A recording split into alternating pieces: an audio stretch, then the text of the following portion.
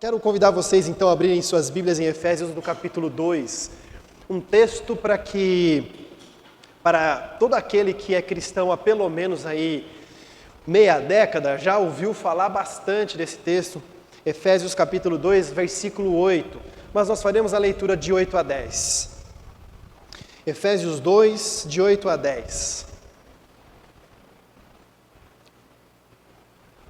Muito importante que você abra sua Bíblia também para nos acompanhar nessa leitura, Efésios 2, de 8 a 10. E diz assim a palavra de Deus. Efésios 2, de 8 a 10. Pois pela graça vocês são salvos mediante a fé, e isso não vem de vós, é dom de Deus. Não de obras para que ninguém se glorie, porque fomos feitos por Deus, criados em Cristo Jesus para boas obras, as quais Deus preparou previamente para que andássemos nelas. Até aqui, palavra de Deus. Quero orar mais uma vez com você. Feche seus olhos, por favor. Senhor, nós estamos diante da Tua santa palavra. Tua palavra que é poderosa. Tua palavra que alimenta. Tua palavra que transforma. Tua palavra que ensina. Que a Tua santa palavra, Senhor, encontre em cada coração nessa noite uma casa, morada para habitar. Abençoe meus irmãos e minhas irmãs que estão aqui, em nome de Jesus. Amém, Deus. O título da mensagem de hoje é A Graça é um Escândalo. A graça é um escândalo. A graça é um escândalo. Nós vivemos numa sociedade, num tempo e numa era em que tem muita coisa muito escandalosa acontecendo por aí. É ou não é, meu irmão, minha irmã? Se você abre o seu celular em um portal de notícias, é escândalo. Se você liga a sua televisão, é um escândalo atrás do outro. Se você conversa com o vizinho ou a vizinha, ou sobre algum colega de trabalho, certamente durante uma semana você ouvirá relatos e mais relatos de situações absolutamente escandalosas. O que acontece, na verdade, é que são coisas escandalosamente ruins. E nós, de fato, somos mais impactados quando coisas ruins acontecem. Vou dar um exemplo para você. É muito mais fácil alguém te contar uma história triste e você chorar? Ou é muito mais fácil alguém te contar uma história muito feliz de você chorar de alegria? É muito mais fácil a tragédia nos comover. As tragédias nos comovem. As tragédias nos atingem, mesmo quando estamos longe. Quando o Davi, meu filho, nasceu, qualquer história triste que começavam a contar sobre crianças, eu saía de perto, eu não queria nem ouvir. Aí o pessoal sugeria um filme, e o filme que tinha isso, mais aquilo. Gente, eu não quero nem ver, porque começou a me afetar. Não era comigo, mas uma história triste nos afeta muito mais. É claro que os escândalos que estão por aí e em todos os lugares, de alguma maneira nos afetam. A nossa história, a forma como nós vemos o mundo, a forma como nós vemos as coisas. Mas hoje, e por hoje, e pelo menos nesses próximos minutos que nós temos juntos aqui, eu quero pensar de uma maneira completamente oposta, porque o reino de Deus, como diria Tony Campolo, escreveu um livro chamado O Reino de Deus é uma Festa, um autor norte-americano. Ele diria o seguinte: vamos olhar pelo outro lado. A graça de Deus, ela é tão poderosa e ela é tão contra a cultura, como diria John Stott, ela está tão no oposto, ela é tão antagônica ao mundo que nós vivemos, que ela também chega a ser escandalosa. As pessoas desse mundo ouvem falar sobre a graça de Deus e não conseguem entender, às vezes não conseguem aceitar, não conseguem medir, mas a graça de Deus é algo que chega a ser escandaloso para o mundo. E sobre essa graça maravilhosa que eu quero conversar com você nessa noite. Se nós pudéssemos definir o Evangelho de Jesus com uma única palavra, qual palavra você escolheria? Não precisa falar, mas pode pensar. Se você pudesse definir o Evangelho de Jesus Cristo em uma única palavra, qual seria? Se nós tivéssemos a oportunidade aqui de nos manifestarmos, eu não sei se todos, mas boa parte diria graça. E uma outra boa parte diria amor. Graça e amor. A graça de Jesus, ela escandaliza, ela transforma, ela encontra o fraco, ela permanece no sofrimento, mas abre o caminho para que possamos seguir as nossas vidas com dignidade em Jesus Cristo. Pela graça nós somos salvos e sempre há mais graça. Nesse sentido, eu quero olhar para o texto e fazer uma exposição um pouco mais detalhada de alguns termos, para depois tirarmos algumas lições para a nossa vida. Primeiro, quando o apóstolo Paulo usa a expressão pela graça, ele está usando a expressão caris, que na língua portuguesa nós conhecemos como carisma. E a gente traduz, ou a gente explica a graça geralmente como favor imerecido. Mas nós temos que entender que dessa maneira, esta graça que aqui está descrita, ela tem uma origem, e a origem dela é o que faz dessa graça algo tão impressionante. A origem, a sua iniciativa é da parte de Deus do começo ao fim, ela começa em Deus e termina em Deus. É isso que faz da graça de Jesus algo extraordinário. Quando antigamente, e não é da minha época, por favor, mas antigamente as pessoas perguntavam, qual é a tua graça? E estavam se referindo ao quê? Ao nome da pessoa, ao nome de alguém. Mas a graça de Jesus, ela ganha um corpo, uma estrutura, uma força muito maior, uma dimensão muito maior, extraordinária, incrível, impressionante. E é essa a conotação que o apóstolo Paulo traz nesse texto, na forma como ele constrói a sua redação. Ele está inflacionando, ele está inchando, ele está dizendo assim, é algo impressionante, porque a graça de Deus não se compara a nada e a ninguém. A segunda expressão que o apóstolo Paulo usa, e eu gostaria de destacar, é a palavra salvação. É uma realidade concluída com efeito contínuo. A forma como está escrito, pela graça sois salvos. É uma realidade concluída com efeito contínuo. Como cristãos de tradição reformada, nós entendemos que uma vez salvos por Jesus, nós somos permanentemente salvos, porque o sacrifício de Jesus não foi em vão, porque o seu sacrifício de Jesus não foi aleatório, e é um efeito contínuo. Porque quando Deus faz alguma coisa, Ele faz para valer. Quando Jesus me resgatou dos meus pecados, quando Jesus me resgatou da perdição, Ele fez para valer e não fez de brincadeira. Quando Jesus olhou para você e perdoou os seus pecados e começou a te chamar de filho, de filha, Ele o fez para valer. Não foi de qualquer maneira e não foi de qualquer jeito. Outra expressão que o apóstolo Paulo usa, e ele constrói de uma maneira muito bem amarrada, é mediante a fé. A palavra pistes. A palavra pistes, ela dá origem a uma palavra que na língua portuguesa nós conhecemos como pista. Quando nós estamos brincando de mímica, por exemplo, alguém pede uma pista. Nos acampamentos, na caça ao tesouro, o que leva ao tesouro são pistas. A fé, meu irmão, minha irmã, nos termos colocados e postos aqui pelo apóstolo Paulo, é como se fosse uma pista que nos conduz na jornada da vida. É como aquilo que nos diz onde nós devemos dar os próximos passos. É aquilo que nos motiva, que nos incentiva, que nos encoraja a caminharmos para os próximos passos. A fé é a pistes, a fé é a pista que vai de passo em passo, como o próprio apóstolo Paulo já disse em outra ocasião, de fé em fé. Não tem como deixar de lembrar, por exemplo, da história de João e Maria, quando eles deixavam o rastro para encontrar o caminho de volta. Só que nós não estamos aqui procurando o rastro do caminho de volta.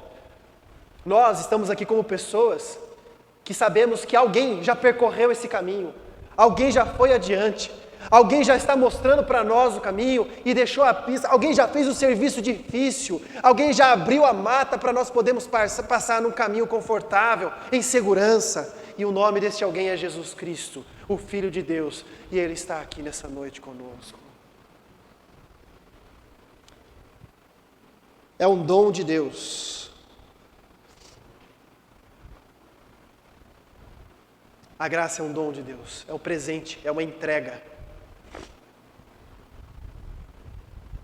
Tem origem, lembra? Tem origem. Eu lembro de uma ocasião em que vamos dar um presente pro meu filho. E aí alguém falou assim, o Papai Noel que deu. Eu falei, não, fui eu que comprei. Que Papai Noel coisa nenhuma.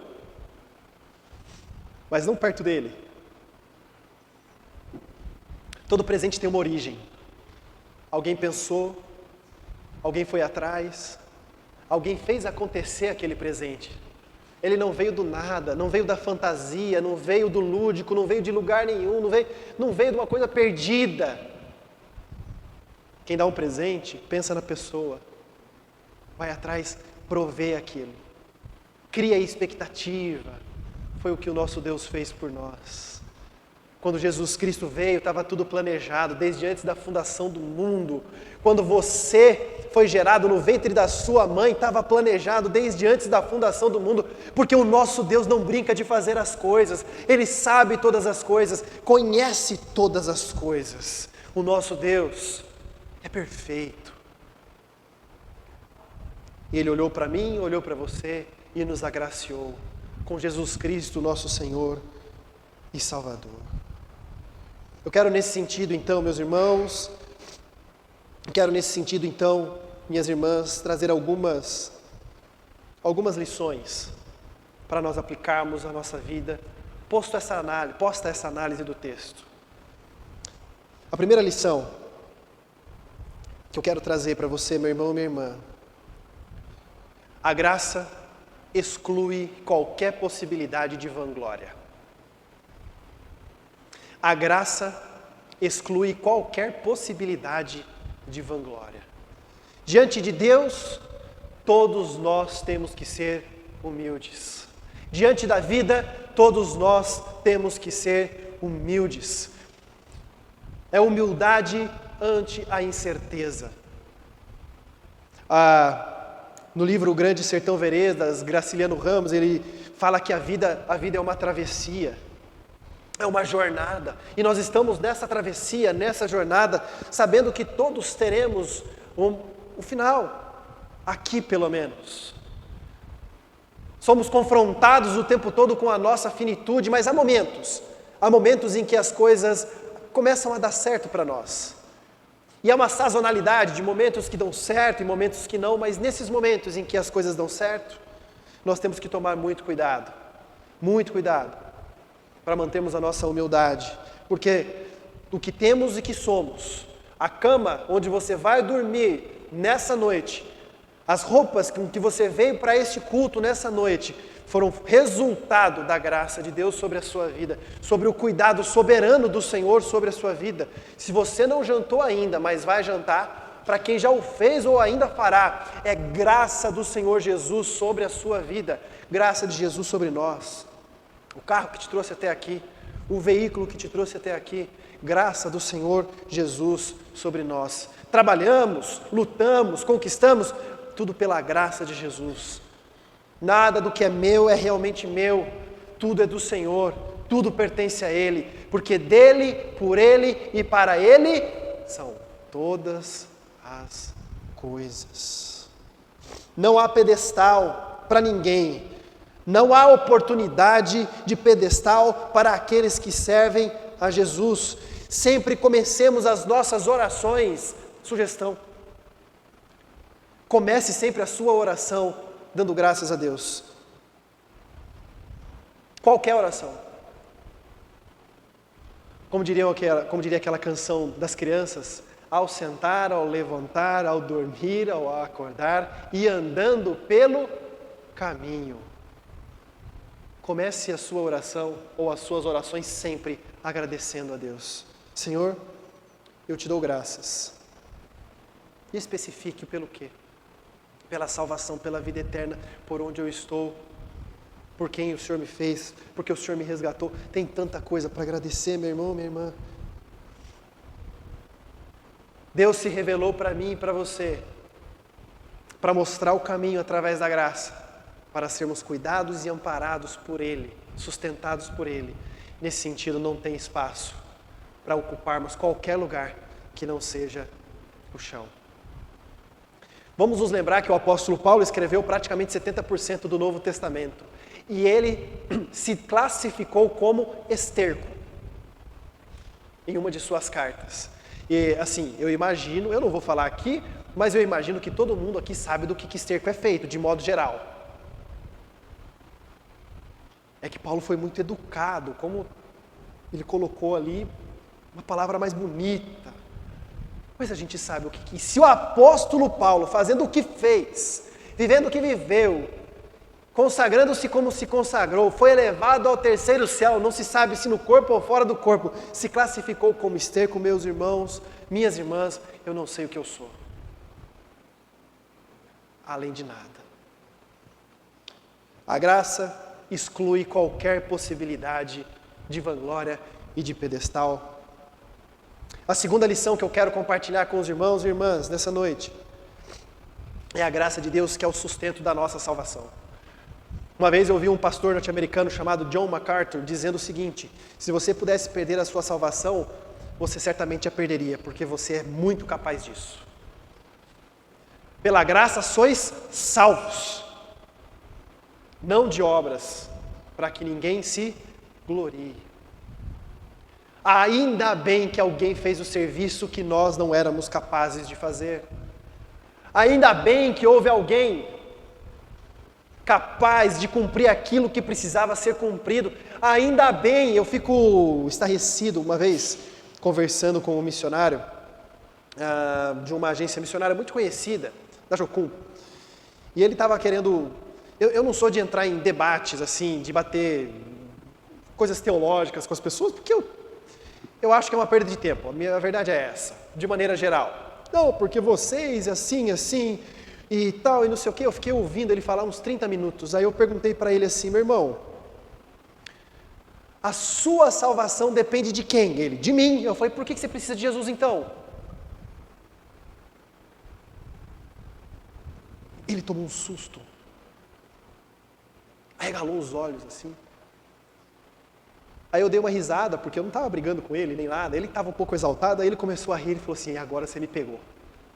Eu falei: não sou eu, cara. É a palavra de Deus. É tudo sobre Ele, não é sobre nós.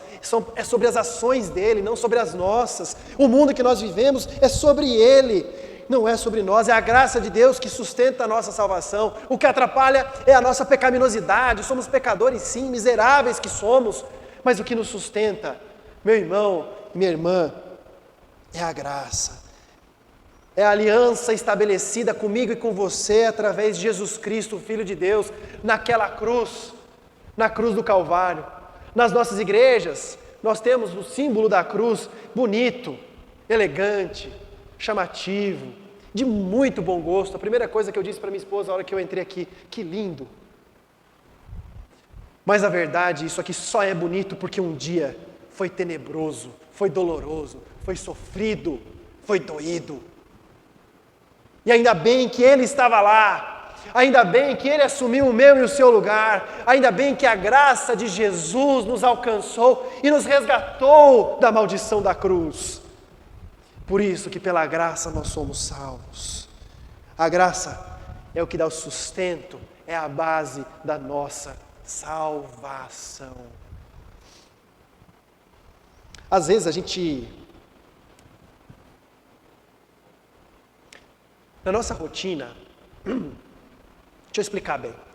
Uma vez eu ouvi um bombeiro, numa cidade grande, falando que era muito perigoso ser bombeiro. Não pelos ossos do ofício, mas porque você vê tanta tragédia, você vê tanta coisa ruim, que você vai ficando amortecido. Eu ouvi isso também de um profissional da saúde trabalhando em um pronto-socorro lá na região de Presidente Prudente. E era o principal pronto-socorro da região. Era um irmão nosso da igreja. Ele disse assim: pastor, depois que eu vi um cara chegar carregado num saco, vivo, e no outro saco, um braço e uma perna, eu não me assusto com mais nada. Uns 6 meses depois, ele falou assim, pastor, eu estava errado. Eu me assusto com mais coisas assim, chegou uma pessoa queimada. Não falo mais que eu não me assusto, porque cada vez piora mais. O que eu quero dizer com isso é que às vezes nós vamos vendo e vivenciando algumas coisas e isso vai nos amortecendo. Salvaguardando as devidas proporções, meus irmãos, a gente diz tanto graças a Deus, ou não diz, ou sou só eu? Graças a Deus, tudo bem que você está? Tudo bem, graças a Deus. Família está bem? Bem, graças a Deus. Pode até não estar bem, mas você fala que está bem. Você mente e põe o nome de Deus junto, né? Tudo certo, graças a Deus.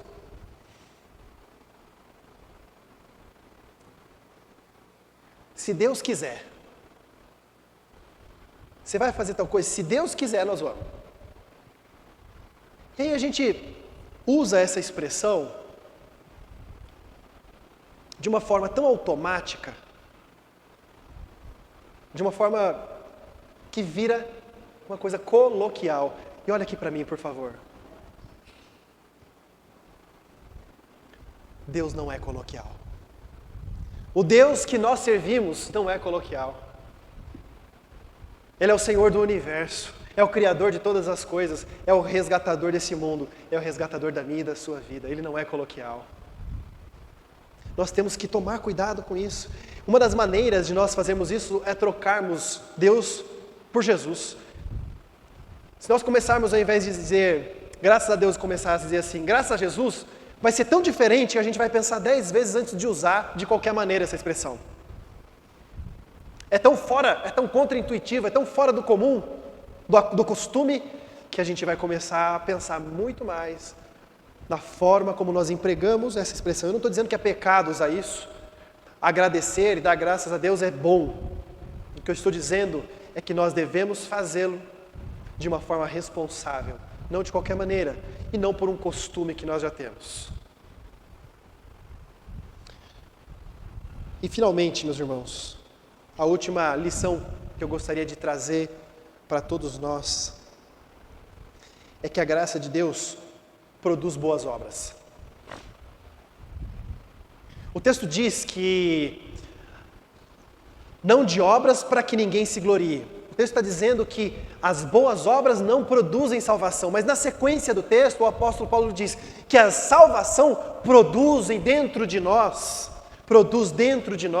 atitudes, movimentos intencionais que alcançam pessoas e transformam a sociedade. No primeiro século da era cristã, a região que hoje é conhecida como Turquia, estima-se que era praticamente tomada de cristãos. Para não dizer que era 100% cristã, disse ou é tido como que 99% daquela região era de pessoas cristãs. O Evangelho impactou vidas que impactaram outras vidas, que impactaram outras vidas, e esse movimento em forma de ondas foi alcançando cada vez mais pessoas.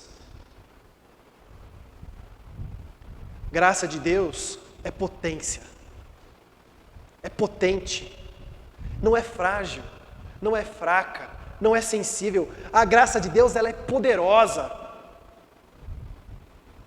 Nós cremos demais que Deus, quando nós estamos enfermos, buscamos ao Senhor a cura, o milagre, a intervenção divina. Cremos que Deus pode fazer isso, mas também com a mesma potência e força, temos que acreditar que a graça de Deus é poderosa, é impactante, é pulsante e não é discreta. Ela não pode estar escondida, ela não pode estar abafada. Ela tem que ser vista por todos. A ideia que o apóstolo Paulo traz aqui no texto é uma ideia de ondas. As ondas fazem efeito na praia, não fazem? A areia é resultado do impacto da água ao longo do tempo nas rochas. Então, a depender da violência ou da força dessas ondas, tem-se um tipo de areia à beira da praia. As marés, quando sobem e quando descem, têm seus impactos por ali. A graça de Deus, ela é poderosa, meus irmãos. E todo esse poder flui da nossa vida para as pessoas que nós conhecemos. Eu quero fazer agora um desafio a você, no seu trabalho, onde você trabalha. Existe alguém que precisa conhecer a graça de Deus?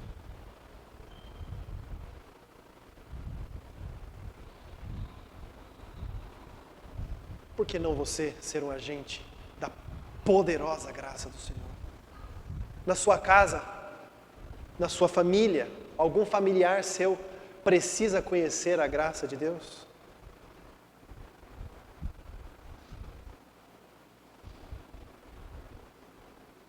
Os seus vizinhos precisam conhecer a graça de Deus? Eu não estou falando de gente com problema, não. Pode ser gente que tem supostamente a vida perfeita, mas não conhece a Jesus, não tem o maior tesouro desse mundo. Seus vizinhos, você tem algum vizinho que precisa conhecer da graça maravilhosa de Jesus? Por que não você? Se não você, quem? Se não agora, quando? Vou repetir. Se não você, quem? Se não agora, quando? Para concluir, e finalizando esse tempo de meditação das Escrituras, a graça de Deus, ela é escandalosa. É um escândalo, porque ela não faz o menor sentido para as pessoas que não conhecem a Cristo. É isto aqui, ó. No meu olho esquerdo, eu tenho 13 graus de miopia. E eu ouvi alguém falar, vixe. E do jeito que eu estou aqui, não sou capaz de contar quantas pessoas tem aqui dentro. Eu vejo pessoas, mas eu não sou capaz de contar. Aqui nas 2, 3 primeiras fileiras até vai, mas dali para frente complica bem. Mas aí, eu faço assim. Isso é a graça de Deus. Nós não somos capazes de enxergar nada, um palmo à nossa frente. Mas vem a graça de Deus e abre um horizonte, um estilo de vida diferente, um estilo de vida impactante, transformador e que transforma as pessoas que estão à nossa volta. Graças a Jesus, nós temos a graça. Que Deus abençoe a sua vida, que Deus abençoe seu coração, que Deus abençoe a sua história, que Deus abençoe a Igreja Presbiteriana Independente de Mogi Mirim, que Deus abençoe os sonhos dessa igreja, os planos dessa igreja, o conselho dessa igreja, o ministério diaconal, ministérios dessa igreja, com a graça maravilhosa de Jesus. Amém? Podemos orar? Vamos orar então? Nós já vamos orar finalizando o culto. Vamos nos colocar em pé para nós orarmos.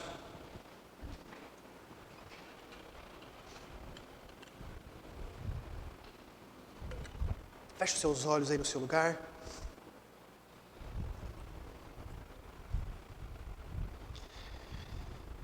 Antes que eu ore, eu gostaria que você aí, em silêncio mesmo, você e Deus, você fizesse uma oração. Relembrando tudo que você ouviu aqui nessa noite e tudo aquilo que Deus falou ao seu coração nessa noite. E se você precisar acertar ou combinar algumas coisas com Deus, eu não queria que você fizesse isso em outro momento, não. Eu queria que você fizesse isso agora. Porque Deus está aqui, o Espírito do Senhor está aqui, o Senhor Jesus está aqui, a Trindade Santa está aqui. Fale com Deus agora em nome de Jesus.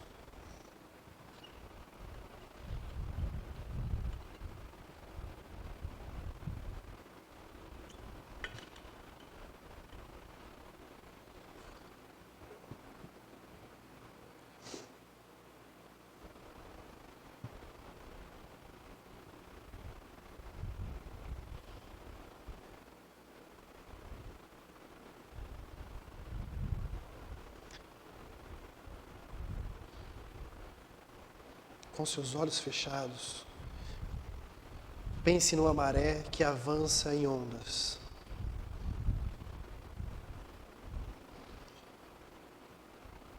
Sinta o cheiro, ouça o som. Uma onda bate e se desfaz. E já vem outra onda. Assim é a plenitude de Cristo, quando nós recebemos graça sobre graça. Quando você pensa que acabou uma, chega outra onda. E é assim que Deus sustenta os pecadores, sem cessar. Do mesmo jeito que uma onda não esvazia o mar, a graça de Jesus nos mantém cheios da presença de Deus. Pai eterno, Deus querido, muito obrigado por esse tempo que tivemos aqui, em que livremente nós cantamos louvores ao Teu nome, nós oramos, livremente nós reconhecemos a Tua grandeza, livremente nós nos abraçamos aqui nessa noite, livremente nós dissemos que Jesus Cristo é o nosso único, suficiente Salvador, livremente nós ouvimos a Tua palavra, o Teu ensinamento, o alimento espiritual para a nossa alma. Que saiamos nessa noite encorajados, desafiados a falar mais da Tua graça, a reconhecermos a nossa pequenez, quem Tu és e quem nós somos. Que o Senhor, em nome de Jesus, traga essa mensagem ao coração de cada um dos meus irmãos e irmãs e que ela encontre, ó Deus, ali um terreno para criar raízes mesmo. E ali permanecer, para que outros frutos de outras mensagens possam se juntar a essa.